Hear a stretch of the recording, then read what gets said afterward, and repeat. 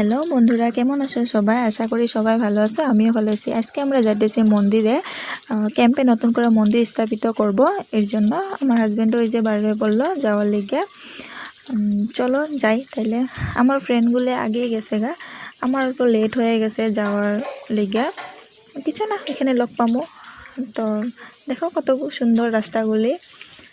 এখন আমরা ঢুকে গেছি ক্যাম্পের ভিতরে। ক্যাম্পের ভিতরে ঢুকে এখন মন্দিরের সামনে জুতাগুলা খুলে নিছে হাজব্যান্ডে। এখন মন্দিরের ভিতরে পূজা হইলো, পরে আরতি হইলো, আরতি হওয়ার পরে প্রসাদ খাওয়া হইলো।